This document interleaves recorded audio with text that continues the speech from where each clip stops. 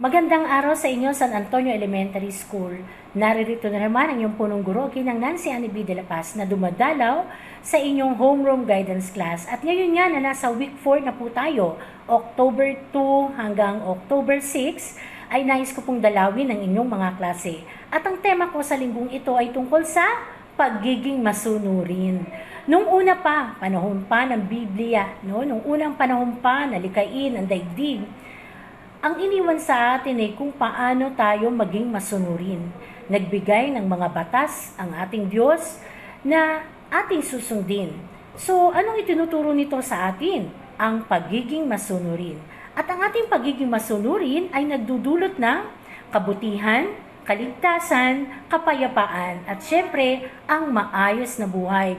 At huwag niyong kalimutan, ang pagpapala ng Diyos ay ibinibigay niya sa mga taong sumusunod sa Kanya.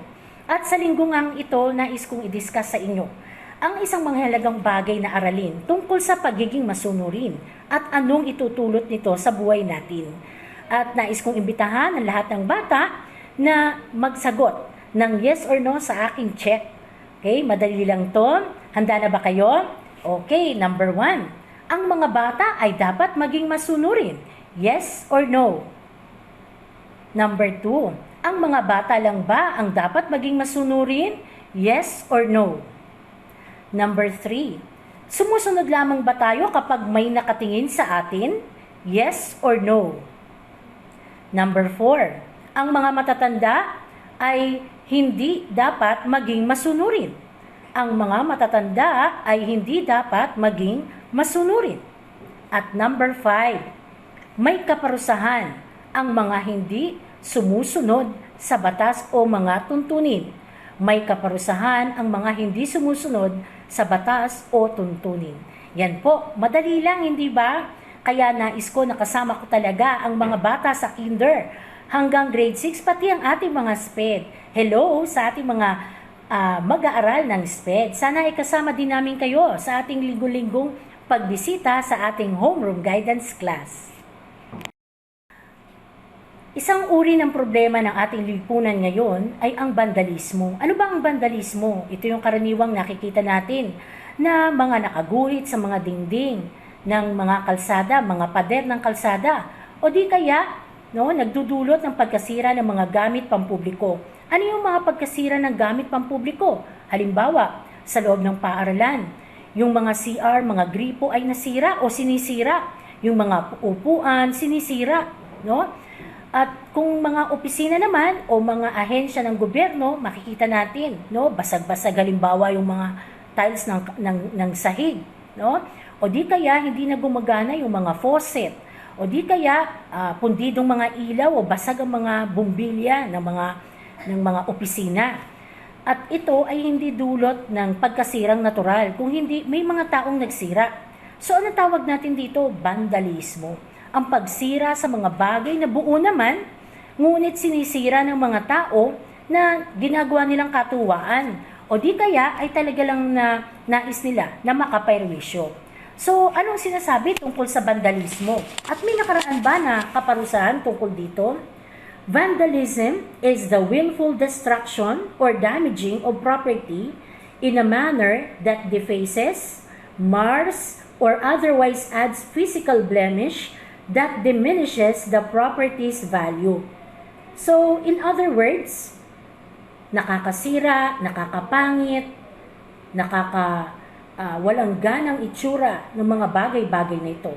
Natatandaan niyo ang balita noon na ginawa ng dating mayor ng Maynila na si Isko Moreno na nahuli yung mga taong nagdudumi dun sa monumento ni Andres Bonifacio. Anong ginawa niya? Pinahuli niya ang mga taong ito at pinaglinis niya ng pinaka-rebulto ni Andres Bonifacio. So, anong ibig sabihin nito? Hindi natin pwedeng gawin ang lahat ng nais natin gawin. Hindi natin pwedeng sulatan o drawingan ang lahat ng pader na gusto natin lagyan ng drawing. O itambak ang basura sa lahat ng lugar na naisin natin. Ibig sabihin, tayo ay bahagi ng isang komunidad at dapat tayong sumunod sa batas. At tulad sa inyong mga klase, sa inyong mga classroom, may ipinatutupad na tuntunin ng inyong mga guro. At kasama na dito ang pagpapanatili ng kalinisan, kaayusan at pag-iingat ng mga gamit na mayroon sa loob ng inyong paaralan o loob ng inyong klase. Katulad halimbawa ng telebisyon o yung TV nyo. So, hindi pa pwede basta paglaruan o di kaya ay maglaro ng bola at matalbugan ito o di kaya sadyain na sirain ang telebisyon. No? Ang tawag doon ay isang paraan ng vandalismo. O di kaya lagyan ng drawing ang mga pader ng mga CR o lagyan ito ng mga pangalan ng mga taong kinaiinisan ninyo. No? So, hindi ito ang tamang paraan ng pagpapahayag ng inyong damdamin. Okay? So, kung ninanais nyo man may gusto kayong sabihin, may tamang forum para dito. Hindi isusulat sa pader o dingding. Okay? So, ulitin natin. Ang vandalismo ay pagsasadyang pagsira ng mga property, no? Ng pag-aari, no? Maaaring pampribado o kaya ay pampubliko. Katulad, ano yung mga pampubliko? Katulad ng mga parks, ng mall, ng paaralan, clinic, ospital, simbahan, no? Mga sasakyan, okay? Tren, bus station, mga waiting sheds. So, kasama ito sa mga lugar na pampubliko na binavandalize ng maraming mga tao. Okay?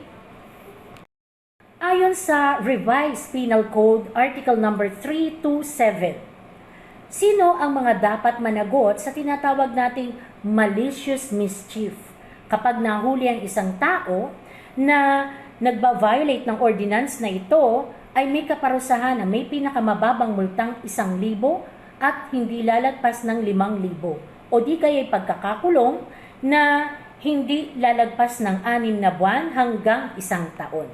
Okay? Hindi bababa ng 6 na buwan hanggang 1 taon ay pwedeng makulong ang isang tao na mahuhuli na gumagawa ng mga vandalismo.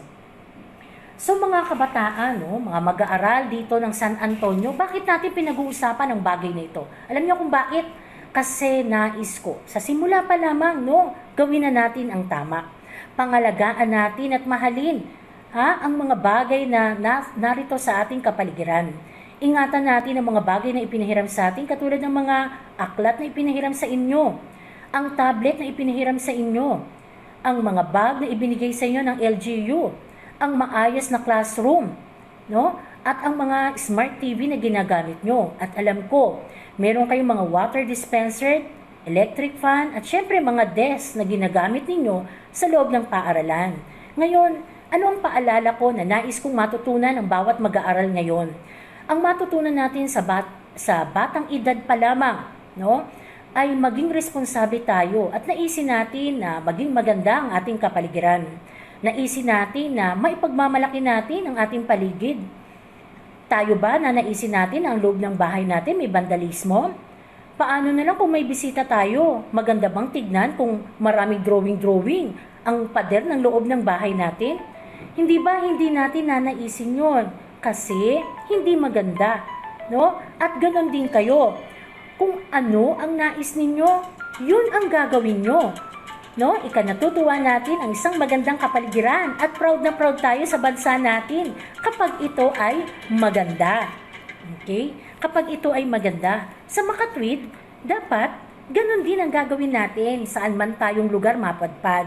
Mapunta man sa loob ng ospital, mapunta man sa opisina ng principal, pumunta man sa nasa stage man tayo, o di kaya ay pumunta naman tayo halimbawa sa mga parks, o kaya ay sa DepEd, sa munisipyo o city hall, o kaya ay sa LRT o MRT, lahat ng ating pupuntahan dapat nating bigyan ng pangangalaga o malasakit. Huwag nating sirain. Kaya nga, di ba, gustong-gusto natin makarating sa ibang bansang nakikita natin sa social media at telebisyon. Sabi natin, ba't ang ganda sa Singapore? Kasi disiplinado sila. Ba't ang linis sa New Zealand? Ba't ang ganda rin sa Germany? Bakit ang bansang Australia ay maganda rin? No? Bakit kaya sa Japan at South Korea ganun din? So sa makatwid, ang mga mamamayan ay mayroong magagawa upang matigil ang vandalismo o pagkasira ng mahahalaga nating kagamitan o mga lugar. Kaya, inaanyayahan ko kayo.